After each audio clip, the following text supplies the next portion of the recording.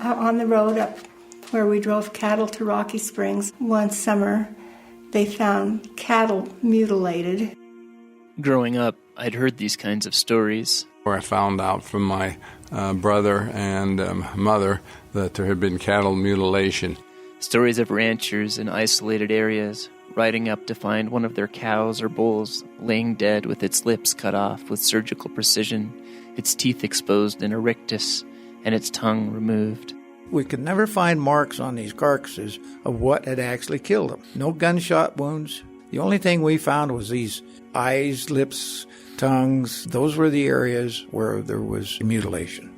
The stories got even weirder about some of my own relatives hiding behind haystacks or keeping watch from pickup trucks with guns to meet the strange lights that for some reason were now showing up in this rural part of Wyoming. I think the most prevalent rumor that was going around is that it was some cult that was got out of hand, and as a result, this mutilation was taking place, and they were certainly not people that lived in the valley. It seemed weird to me that in a place like Wyoming's Bridger Valley, where people really didn't lock their doors, at least not back then, that there could be something out there in the endless spaces of pastures and badlands and forests that scared everyone who encountered what it left behind.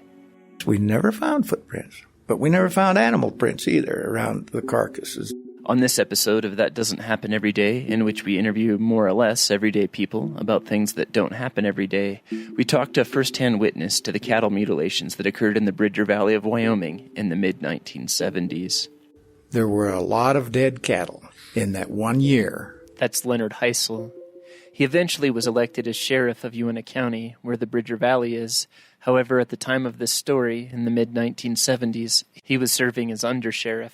This wasn't just in this area that this was going on, okay? This was going on in Colorado, Montana, Wyoming, Utah, those 4 states for sure, and some up in Idaho. Leonard is right. In fact, according to Rachel Monroe's May 2023 article published in The New Yorker, there have been documented cases of cattle mutilated even in the years right after the American Civil War. I'll put a link to her article and links to everything else I cite in this story in the description. Christopher O'Brien's book about cattle mutilations cites the mutilation of sheep in England in the early 1600s. However, the mid-1970s saw an explosion of mutilations across the U.S. from Minnesota to Texas and Illinois to California. Today, the whole thing about cattle mutilations has become a cliché. Just that phrase can conjure up the image of wild-eyed conspiracy theorists flooding the internet with weird ideas and theories involving aliens and government cover-ups and Illuminati and lizard people.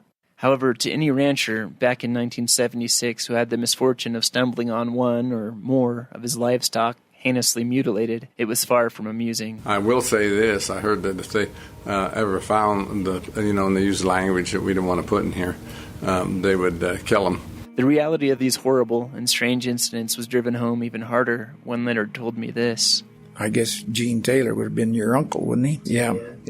I'm going to say over 13 head of his mutilated. I had heard that my late Uncle Gene, who was actually my great-uncle, had some of his cattle mutilated, but having a former sheriff who had investigated it made it all seem more real. And he was checking them every night and then going out every morning. This particular night, he had them in a pasture on the upper end of Dry Creek, up towards Pitcher Springs. But that night, he had 6 in that pasture mutilated.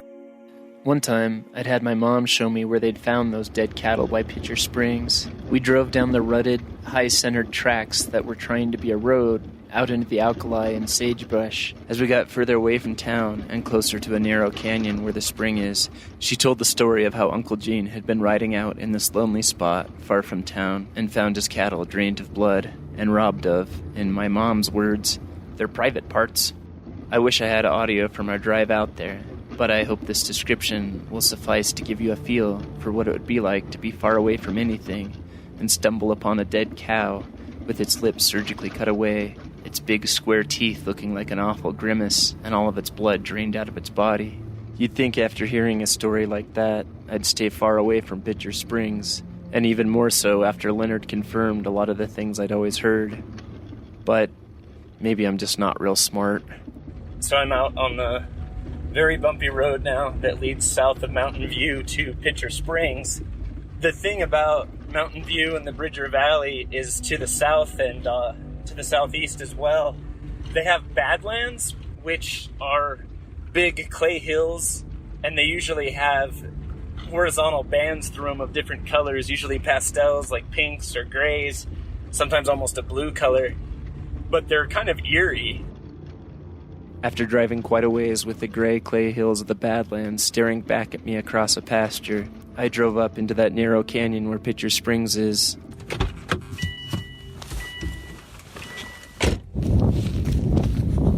I'm here now at Pitcher Springs, and you can hear the water running. And it's actually kind of a peaceful, pretty spot. But at the same time, on the drive out here, you're in a pretty remote place for this area. Once you kind of round the bend past the last house as you drive south out of town, there's lots of hills, there's lots of ravines and dry washes, and there's even some trees. I could see how either up here by the spring or even closer towards the ranches down there, it would be easy to do something, pretty involved and pretty bad and still not be seen. I think the worst part wouldn't just be to come up on that cow and see it dead, but to look around and see, the hills and the washes and the ravines and the sagebrush and wonder if someone, whoever did that, is out there watching you now. Leonard describes what was actually taken from the mutilated cattle. Eyeballs, tongues, lips, genitals on the male, and the anus would be extracted. Any place where there was intake or discharge, it appeared as though there was samples taken. Once in a while, there would be a section of hide taken, like a square or off the rib cage or the neck or something like that. A 2021 article by Sierra McLean in the Capitol Press about a more recent cattle mutilation in Oregon shows a dead cow with what appears to be a near square of flesh cut from its belly without actually going into the animal's abdominal cavity. Leonard sent the mutilated cattle to labs for further examination, and this is what they told him had caused the strange mutilations. We were being told, no, this is not a mutilation, this is predators. That's what we were being told. Do predators normally kill 6 cattle overnight without making a sound and specifically target the parts of the body that were taken? We were being told that's soft tissue, and that's what predators go for first. Leonard describes the sites of the incisions on the cows' bodies. They were very surgical in nature. What he describes is similar to the incisions made on most mutilated cattle. Predators leave like teeth marks and that, but they also go into the stomach cavity, and we had hardly any of that. Leonard also mentioned that calves and many other young animals will stay with their mothers long after the mother has died. But he said that in all the cases of mutilations that he saw, they never found a calf by the side of its mother. He also said that he never saw any signs of predators that often come to feast on cows after they've died. In the late 1970s, a retired FBI agent named Kenneth Rommel investigated mutilations in northern New Mexico and insisted that animal predation can appear more surgical than it is if people aren't looking close enough. He further posited that the original newspaper articles published in the mid-70s fed a sense of hysteria in which ranchers started to see what they believed were mutilations. I suppose it's possible this might have occurred on some occasions later into the 70s. But even then, you'd still have to wonder what started the initial rash of reports. Perhaps the most important thing, though, is to remember that almost every rancher has seen what animal predation looks like. They certainly know what a predator does to their animals. We never had that kind of dead animals with that kind of mutilation before, at least never had it reported. And never in the quantities that we'd had in that first year. Furthermore, many of these cattle were found drained of blood with no signs of struggle or blood on the ground. Rommel's explanation was that the blood had just settled in the lower parts of the animals or their extremities. Again, it seems odd that Rommel or anyone else would think people who worked and grew up on ranches and who'd seen dead cattle before, as well as who had occasionally slaughtered and butchered their own cattle, wouldn't be familiar with this phenomenon. The local law enforcement officers were being pretty much ridiculed. Maybe it's not fair to bring this up, but if you live in a rural area, or if you just live in Wyoming, You know what it's like to have people assume things about you that are not true. Could it be that people working in labs or for the government just insisted that ranchers and cowboys who found dead animals maybe weren't smart enough to know what had really happened to their own animals? Pretty much telling us local yokels we were a bunch of fools. In trying to get more answers from the labs he'd taken the mutilated cattle to, Leonard had 2 words. Totally uncooperative. Were labs told to write things off by some conspiratorial force? Or was it simply writing off the problem as predation made it so your job was easier and you could wash your hands and go home? The question, of course, arises, if predators weren't doing this, who or what was? Okay, there was a lot of talk about maybe it was drug dealers and on and on and on, and I'm saying, no, what's the purpose of it if it's drug dealers or that? The other culprits that jump to my mind, and probably yours when thinking of mutilated animals, would be cult members. In fact, Michael D. Alber's 1979 book, The Terror, said that in September 1975, a Forestry Service employee in Blaine County, Idaho, reported seeing a group of people in black hooded robes. Several cattle were found mutilated in the area the following day. On October 9th, 1975, a motorist on U.S. Highway 95 in northern Idaho, in an area of frequent cattle mutilation, reported to police that some 15 masked individuals formed a roadblock with linked arms, forcing him to turn around. Okay, that was the other thing that was going on during this mutilation was satanic rituals, and we looked at that. We explored that. We had a spot up in the hills where there was at least one young man that we think he was doing some of that kind of stuff, The thing that Leonard shares that tends to blow away the theory of a lone cult member or natural predation is this. Some areas where we had the carcass, there was definite swirling patterns in the grass and the dirt from rotor blades.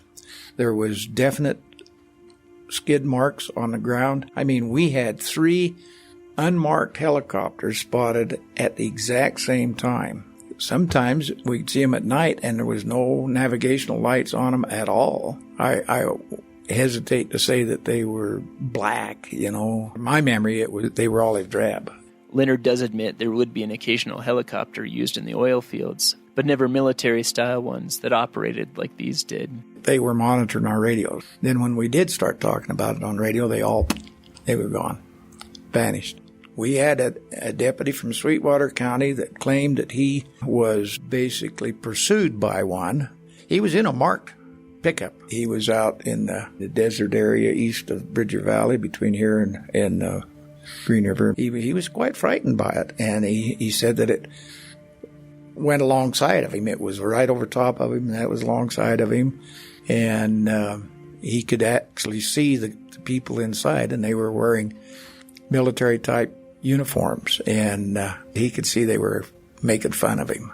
He was quite scared, and according to him, he finally had enough of it. He stopped, pulled out a shotgun, and started shooting. And they left, of course, obviously. I do have to admit, I don't know why a group of people equipped with helicopters and things that let them drain the blood of cattle in the middle of the night without getting caught would take the time and energy to harass a lone law enforcement officer. However, I am sure what Leonard is saying about the helicopter sightings in the Bridger Valley is true, which casts a lot of doubt on the mutilations being caused by natural predation or even a small group of cultists. So I can only give you my theories. Several years before this happened, there was an incident where the military had some gas or some type of chemical get away from them down in Dugway Proving Grounds, Utah. That got into a rancher's herd of sheep, and it killed a lot of sheep. I know this sounds like a conspiracy theory, but Jim Woolf's 1998 Salt Lake Tribune article describes a nerve agent called VX sort of like sarin gas, that in 1968 was sprayed from a fighter jet over a test range 27 miles from Skull Valley, Utah. However, the tanks carrying the agent did not empty completely over the area where the chemical was supposed to be dropped. Westward winds sent VX over a sheep herd. This chemical weapon is said to be able to kill someone in 15 minutes if just a drop of it gets on their skin. In this case, it killed over 6,000 of those sheep. I know this sounds crazy, but please read the article linked in the description. The event is even fairly widely known as the Dugway Sheep Incident. At that time, we had a sawmill up there on the bench, and they burned the slabs and sawdust. And I watched the smoke coming from that one day, and it was coming off of that bench right down into Pitcher Springs and right into that pasture where Gene's cattle were. I asked the sheriff at that time if he would use his influence with the Weather Bureau and trace the weather patterns from Dugway Proving Grounds through Utah into Wyoming and particularly into the Bridger Valley area. And he came back and said, yes, those weather patterns matched up with the areas where we'd been having those mutilations through Uinta County. So, what is Leonard's final answer? They were testing to see how much effect it might have had on the population. Of course, they don't want to take samples off of humans, and they certainly don't want to let the citizenry know that they'd had a problem, so they were sampling livestock. Who else has the kind of money to be able to afford to put 3 helicopters in the air every night or so, like that? Leonard isn't the first person I've heard say that the government might be behind cattle mutilations to test for levels of something in their bodies, be it radiation or certain toxins or whatever. Before talking to him, I'd always dismissed these theories because if you wanted to test a cow for something in its system, why would you fly around in a helicopter scaring everyone and leaving evidence of what you've done behind? Why not simply just walk into a butcher or someplace in plain clothes and buy cow tongue or whatever else you want to take away and test? However, in 1976, if you wanted parts of cattle that were from a certain area, say for example the Little Valley by Pitcher Springs, and you wanted to be sure the cows really were from that area, perhaps swooping in during the night and taking what you need might be the best way to do it. I know the possibility of just approaching these ranches and asking if you could simply buy one of their cows to butcher yourself might seem cheaper, less threatening, and less dramatic. However, if you read Woolf's article, it shows how hesitant the Army was to admit what they had done at Dugway was the actual cause of those 6,000 sheep suddenly all dying at the same time. Their official report regarding the incident wasn't declassified until a decade after it in 1978. It's also important to note that Dugway is only about 50 miles as the wind blows from the southern part of the Salt Lake Valley, which was and probably is one of the biggest population centers in Utah. To make things even more interesting, an article also linked in the description stated that the Deseret Chemical Depot in nearby Tooele, Utah, at one time held over 40% of the nation's stockpile of chemical weapons. Finally, according to a 1998 article by Lee Davidson published in the Deseret News, 12,000 open-air chemical tests, 2,500 germ warfare tests, and hundreds of radiological tests had been planned to be carried out at the Dugway Proving Grounds since the 1950s. Many of these tests have been confirmed to have actually been carried out. In short, with everything that has happened in this area southwest to the Great Salt Lake and its closeness to population centers, could it be that the Army didn't want to go around in plain clothes, casually asking about buying cows and hoping they were getting the right ones from the right areas, all the while stirring up suspicion? Maybe the Army did what the Army often has: shock and awe. It has helicopters, it has special forces who can rappel from helicopters and do all kinds of things in the dark. Maybe they were sent in to retrieve what needed to be tested. While mutilated cattle do stir up suspicions and fear, finding a dismembered, freakishly mutilated animal leads to theories about aliens and cults that land far from something much more conceivable, like the Army simply sending air assault teams with secret security clearances to harvest animal parts late at night in remote places where data needed to be collected. One has to ask, if this theory is true, why are there still cattle mutilations? Even as late as April, 6 cows were mutilated in Madison County, Texas. Well, of the 8 former chemical weapons storage facilities in the United States, 2 are still being used in Colorado and Kentucky. Furthermore, what else has been leaked or let out across the country, from radiation to different kinds of toxins to who knows what the government or some sort of large, well-funded group might want to know about, but not want to admit having anything to do with. There's some things that goes on in our government that gives me cause for concern. I wanted to thank Leonard Hysell for being on the show today and for sharing this. This is probably the most tinfoil hat episode I've ever done.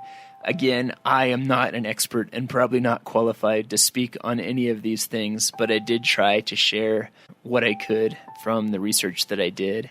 I hope to have a more down-to-earth episode to you in 2 weeks. If you're listening to the show on the radio and you like it, please Google "That Doesn't Happen" every day is 2 words, podcast, and you can check out all of my past shows for free. Thanks, and please keep listening.